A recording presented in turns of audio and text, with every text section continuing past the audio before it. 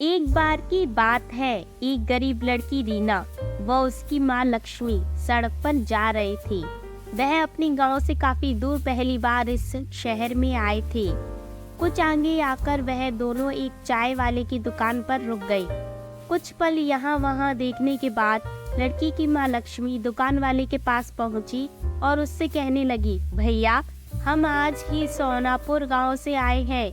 हमारा इस शहर में कोई भी नहीं है। क्या आप मुझे अपनी दुकान में कुछ काम दे सकते हैं जिससे मैं अपनी बच्ची का पेट भर सकूं? इस पर चाय की दुकान वाला कहने लगा, बहन मेरे पास तुम्हारे लिए कोई बड़ा काम नहीं है और ना ही मैं तुम्हें इतने पैसे दे पाऊंगा। इस पर लक्ष्मी कहने लगी, भैया मुझे पैसे की ज़रूरत नहीं है, मैं आपके बर्तन भी मांज लूंगी, बस आप उसके बदले में मुझे इतना खाना दे देना कि जिससे मेरी बच्ची का पेट भर सके। दुकान वाला कहने लगा, ठीक है बहन, लेकिन तुम रहोगी कहाँ? इस पर वह बड़ी मायूसी से कहने लगी, भैया मेरा इस दुनिया में कोई नहीं रहा, क्योंकि रीना के पिता का देहांत हो गया है, जिसके बाद मेरे ससुराल वालों ने मुझे और मेरी बेटी को धक्के मारकर घर से बाहर कर दिया है। वह बोली, अब तो मुझे ही अपनी इस बच्ची को पालने के लिए कुछ न कुछ काम करना पड़ेगा। आपको मंजूर हो तो मैं आपकी इस दुकान में ही सो जाऊंगी। सुबह जब तक आप अपने घर से आएंगे तब तक मैं आपकी दुकान में झाड़ू पोछा व बर्तन साफ कर दिया करूंगी। इसके बदले में आप बस मेरी बेटी को कुछ खाने को दे दिया करना। लक्ष्मी की ऐसी बातें सुनकर चाय वाले का मन पिघल गया और उसने लक्ष्मी की बात मान ली। दोनों माँ बेटी वही दुकान में रहने लगी और काम करने लगी। ऐसे ही उनका समय बीतने लगा।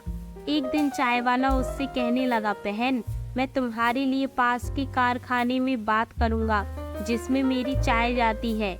उसके मालिक का स्वभाव बहुत अच्छा है। उनके पास तुम्हारे लिए कोई काम होगा तो वह तुम्हें अवश्य ही काम देंगे, जिससे तुम्हें व तुम्हारी बेटी को एक अच्छा ठिकाना मिल जाएगा। यह कहकर चाय की दुकान वाले भैया ने जब कारखाने के मालिक से उन दोनों के बारे में बात की तो मालिक ने कहा, ठीक है, हमारे घर पर एक काम करने वाली की आवश्यकता है, इसीलिए तुम उसे हमारे घर भेज देना। वह चाय वाला लक्ष्मी व उसकी बेटी को मालिक के घर भेज देता है, जहाँ पर मालिक की पत्नी लक्ष्मी को घर का पूरा काम समझा देती है और साथ में यह भी समझा देती है कि तुम्हारी बेटी रीना मेरी बेटी समायरा से दूर रहे, जिससे उसे किसी भी तरह की इन्फेक्शन या बीमारी का खतरा ना रहे। एक दिन लक्ष्मी रसोई में काम कर रही होती है कि अचानक उसकी बेटी रीना के चीखने की आवाज़ सुनाई देती है। लक्ष्मी भागकर वहां जाती है तो देखती है रीना ने समायरा की फ्रॉक हाथ में ले रखी है और उसे देखकर बहुत खुश हो रही है। इतने में मालकिन भी वहां आ जाती है और लक्ष्मी व रीना को डांटने लगती है। वह कहती है, लक्ष्मी मैंने तुमसे कहा था ना कि समायरा की किसी भी चीज़ को मत छूना और उससे दूर रहना। यह कहते हुए मालकिन समायरा की उस फ्रॉक को रीना को ही दे देती है और कहती है, अब इस फ्रॉक को तुम ही पहनना।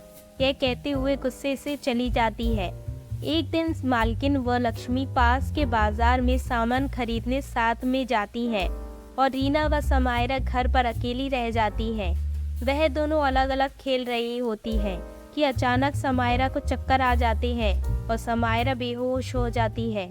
तभी पास ही खेल रही रीना की नज़र समायरा पर पड़ जाती है और वह भागकर उसके पास पहुंच जाती है। रीना समायरा के ऊपर पानी की बूंदें डालती है जिससे उसे होश आ जाए, पर समायरा अपनी आंखें नहीं खोलती।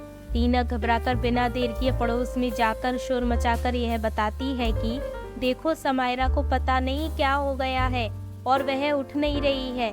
उनके पड़ोसी आकर जब घर में देखते हैं तो वह समायरा की हालत देखकर जल्दी से डॉक्टर को बुला लेते हैं। कुछ ही देर में डॉक्टर वहां पहुंचते हैं और समायरा को इंजेक्शन लगाते हैं जिससे वह होश में आ जाती है। कुछ देर बाद मालकिन व लक्ष्मी भी बाजार से लौट आती हैं और घर पर पड़ोसियों को देखकर घबरा जाती है। समायरा की हालत देखकर तो मालकिन बहुत ही परेशान हो जाती है, लेकिन डॉक्टर उन्हें दिलासा देते हैं कि अब वह ठीक है और कुछ दवाइयाँ लिख देते हैं। समायरा की मम्मी उसके पापा को भी फोन करके बुला लेती है डॉक्टर उन दोनों को समझाते हैं कि ब्लड प्रेशर लो हो जाने की वजह से समायरा को चक्कर आ गए थे और वह बेहोश हो गई थी। ऐसे में अगर सही समय पर रीना पड़ोस में जाकर लोगों को नहीं बुलाती तो कुछ भी हो सकता था। वह रीना की बहुत तारीफ करते हैं और कहते हैं अगर यह समझदार लड़की यहाँ ना होती तो पता नहीं आज क्या हो जाता। डॉक्टर की यह बात सुनकर समायरा की मम्मी पापा बहुत खुश हो जाते हैं और रीना व समायरा को साथ में खेलने की इजाज़त दे देते हैं, जिससे लक्ष्मी की परेशानी और भी सुलझ जाती है। अब वह खुशी खुशी मन लगाकर उनके घर में काम करती थी और अब उसे अपनी बच्ची की भी चिंता नहीं रहती थी, क्योंकि अब रीना और समायरा सारा समय साथ खेलते रहते थे। इस प्रकार एक गरीब माँ और उसकी बेटी जिसका कोई सहारा नहीं था, उन्हें सहारा मिल जाता है और खुशी खुशी उनका जीवन व्यतीत होने लगता है। इसीलिए हमें कभी भी जीवन की कठिनाइयों के सामने हिम्मत नहीं हारनी चाहिए और डट कर उसका सामना करना चाहिए।